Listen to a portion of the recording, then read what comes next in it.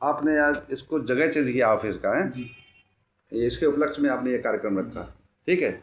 और आपने दिन भी बहुत अच्छा चुना है। कौन सा दिन है आज? गुरु पूर्णिमा, आषाढ़ी पूर्णिमा है ना। इसको आषाढ़ी भी बोलते हैं, आषाढ़ की पूर्णिमा भी बोलते हैं, गुरु पूर्णिमा भी बोलते हैं, ठीक है ना। तो अब मैं आपको इसी बारे में थोड़ा बता दूं, ठीक है, कि इसको गुरु पूर्णिमा क्यों बोलते हैं, इसको गुरु पूर्णिमा ही क्यों बोलते हैं, ठीक है ना। तो गुरु पूर्णिमा का महत्व क्या है? हमारे बौद्ध जगत में, इसको साइलेंट लगा दो जब तक मैं बोलता रहता।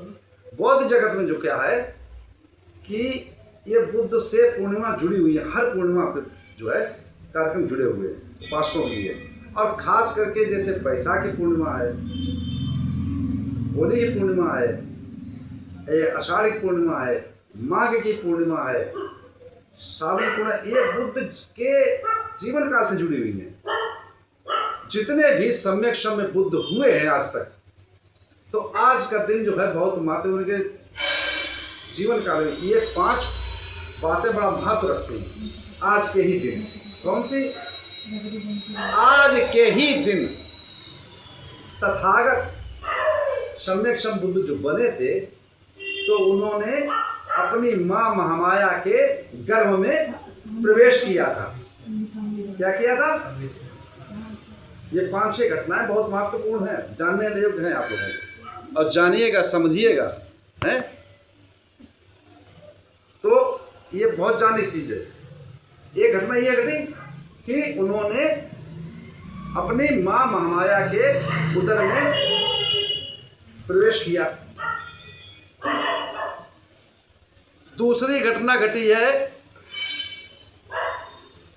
दूसरी घटना कौन सी है कि जब उन्होंने अपना गृह त्याग किया, जिसको बोलते महावैष्णव, महावैष्णव मतलब कि किसी प्रकार का लोभ ना, लालच ना, है ना, मोह नहीं, माया नहीं, द्वेष नहीं, ईर्षा नहीं, किसी प्रकार की कामना नहीं, इसको कहते हैं महानिष्कर्मण। मतलब अगर लोभ होता, लालच होता, प्रेम होता, माया होती या द्वेष होता किसी, तो ऐसी कोई भी कहानी नहीं थी, इसलिए इसको महान निष्क्रमण कहते हैं।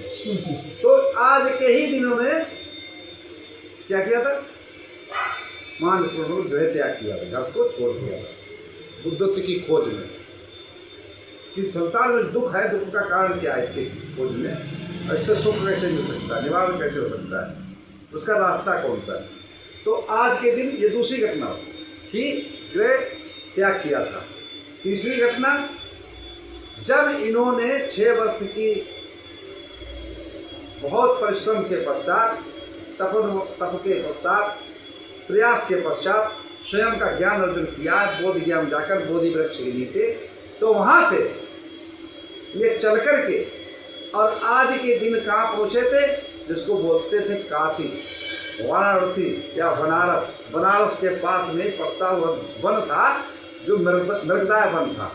क्योंकि जिस समय ये 6 वर्ष की तपस्या पे अन्न बंधन छोड़ करके बैठे थे, उसमें इनके पास 5 जो है साथी इनकी सहायता करते थे कि भाई ये तपस्या बैठे, इनको ज्ञान प्राप्त होगा तो हमें भी बताएंगे, तो हमें भी मुक्ति मिल जाएगी, हमें भी सुख का मार्ग मिलेगा, है ना। तो वो लोग जब इन्होंने भोजन लेने लगे, इसलिए उन्होंने इनको छोड़ दिया था, इनको त्याग के चले गए। क्यों?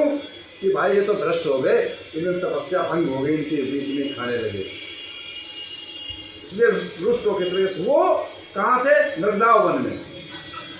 तो वहां से जब ज्ञान अर्जित करने के पश्चात, प्रैक्टिकल करने के पश्चात, जब उन्होंने ध्यान रखते थे, देखा कि भाई इसकी चाहत क्या लगी किसको? जिसको चाहत थी आधार कलाम थे वो भी नहीं रहे, राम पुत्र थे वो भी नहीं रहे। तो समझाओ कि चाहत जिसको होती है उसी को तो किया जाता है, जिसको भूख में उसी खिलाओगे तभी उसको फल मिलेगा, वो खाएगा चॉइस से अच्छी तरीके। तो वहाँ से चल करके वो पंचमुखी ब्राह्मण को चॉइस की हमें मुक्ति के मार्ग मिले। तो वहाँ से चल करके वो आए, आषाढ़ की पूर्णिमा के दिन ही वहाँ पहुँचे। कहाँ? मृगदाव वन में। मृग वन में था हिरण, हिरण का वन था, आज भी वहाँ हिरण पड़े हुए हैं, छोड़ रखे लोग। तो उसमें पहुँचे, उन्होंने आज के ही दिन धर्मचक्र प्रवर्तन किया था, उनको दीक्षा दी थी, उनको समझाया था पूरा। अब समझाएंगे तो बहुत टाइम लगेगा, इसको थोड़ी बहुत बड़ी चीज़ नहीं है। तो सोचा मतलब दुख का कारण, दुख का निवारण और सीधा सरल रास्ता, शीलों के बारे में, ध्यान के बारे में और प्रज्ञा के बारे में, ज्ञान के बारे में, ये पूरी चीज़ें हमने बता दी आपको। शील सब 5 शील आपने लिए ही है, इनको धारण कीजिएगा, इन पर चलिएगा। सदाचार का जीवन है, 8 शीलों का पालन कीजिएगा। 8 अष्टांगिक मार्ग जो है रास्ता दिया, उस पर चलिएगा। हैं सम्यक वाणी, सम्यक कर्म, सम्यक आजीविका, सम्यक व्यायाम, सम्यक स्मृति, सम्यक दृष्टि, सम्यक संकल्प, है ना। तो ये 8 अष्टांगिक मार्ग है। तो उन्होंने इस चीज का धम्मचक्र प्रवर्तन किया, उसको बोले धम्मचक्र प्रवर्तन दिवस भी है। तो कितनी घटनाएं होगी? 3। तत्पश्चात चौथी घटना कब है?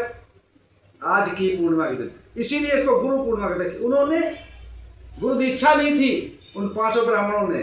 कौन कौन थे? कौंडिन्य, अश्वजी, बद्दी, महानाम और अनिरुद्ध, ये 5 भिक्षुओं ने दीक्षा ली थी भगवान बुद्ध, इसलिए इसको गुरु पूर्णिमा के नाम से विख्यात हो गया। हाँ, बौद्ध जगत में नहीं था, लेकिन उसका परिवर्तन रूप ले लिया। हिंदुओं ने तो वो मानते हैं इसमें कि मंदिरों में देखे गुरुओं की पूजा होती। हमारे कोई मंदिर में सुबह झांकने तक नहीं गया, हमारे बुद्ध विहार में कोई झांकने तक नहीं आया, समझिए गए, मतलब अपनी परंपरा को भूल बैठे। तो ये घटना 3 हो चुकी। चौथी घटना कहती आज के ही दिन तथागत सम्यक सम, बुद्ध ने यमक प्रत्यार दिखाया था, मतलब चमत्कार दिखाया था आम के वृक्ष का।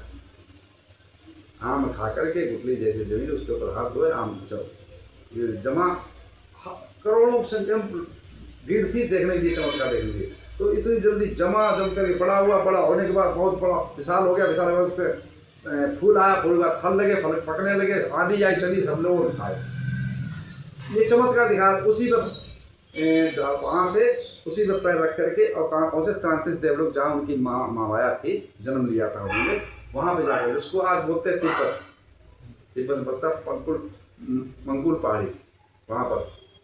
तो सब देव देवताओं सबको धर्म देशा 3 महीने दिया था, अभिधम पिटक का वहाँ पे। तो चौथी घटना। 5वीं घटना ये है कि आज के ही दिन हमारे भिक्षुओं को वर्षावास शुभारंभ होता है। आज ही हम लोग अधिष्ठान लेते हैं, आज के ही दिन। तो 3 त्रैमास तक, 3 महीने तक हम जो है एक बुद्ध विहार के एक स्थान पर रुकते हैं। कोई आमंत्रित करता है उसके बुद्ध विहार रुकते, नहीं करता तो हम जहाँ मर्जी रुक सकते हैं, अपने अधिष्ठान लेते हैं। क्या समझे? आषाढ़ की पूर्णिमा से लेकर के और कुंवार की पूर्णिमा के तक 3 महीने का वर्षावास होता है। इसमें क्या होता है? एक बरसात में कहीं जाना नहीं, कहीं आना नहीं, एक जगह रुके तो आपको मालूम बनते जी हैं, चलो भाई कोई धर्म उपदेश सुनेंगे। जो छोटे छोटे बच्चे सीखने वाले होते थे वो भी सीखते थे, जो थे ब्राह्मण बनते। तो इस पूर्णिमा का महत्व क्या है समझ लिया आपने? ये मुख्य 5 घटनाएं हैं, ठीक है ना। तो इसी हिसाब में अपनी वाणी विराम देता। आप सर्व मंगल हो, कल्याण हो, सुखी जीवन हो, निरोगी काया हो, दुख दूर हो जाए, सुख से वास करो, हमेशा के चंद्र आपका मंगल हो, मंगल हो, मंगल हो।